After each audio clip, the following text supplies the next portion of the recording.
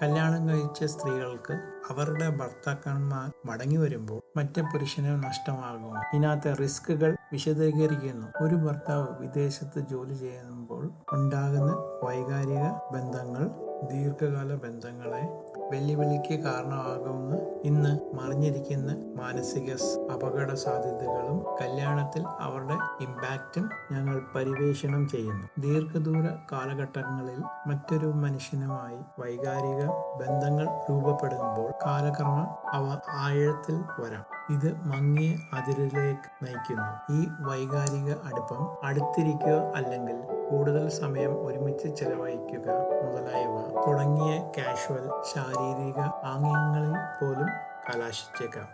മനഃശാസ്ത്രമായ ഉൾക്കാഴ്ച പരിചയം സുഖം വർദ്ധിപ്പിക്കുന്നു.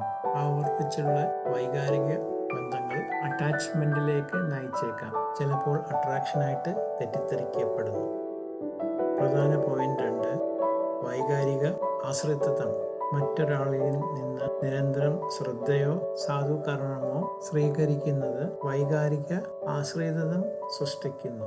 ഇത് മറ്റൊരു പുരുഷനും അതുപോലെ ഭർത്താവും തിരികെ വരുമ്പോൾ അബോധാവസ്ഥയിലുള്ള കമ്പാരിസണിലേക്ക് നയിച്ചേക്കാം.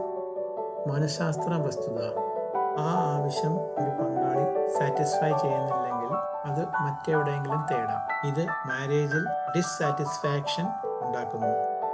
പ്രധാന പോയിന്റ് 3.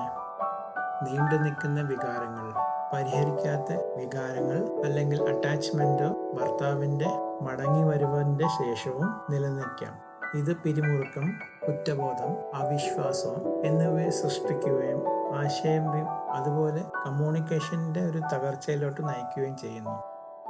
റിസ്ക് ഫാക്ടർ വൈകാരിക അവിശ്വസ്തത പലപ്പോഴും ശാരീരിക അവിശ്വസ്തത പോലെ ദോഷകരമായി ബാധിക്കുമെന്ന് പഠനങ്ങൾ കാണിക്കുന്നു. വിശ്വാസത്തിലും സാറ്റിസ്ഫാക്ഷനിലും ദീർഘകാല പ്രത്യാഘാതങ്ങൾ ഉണ്ടാവും.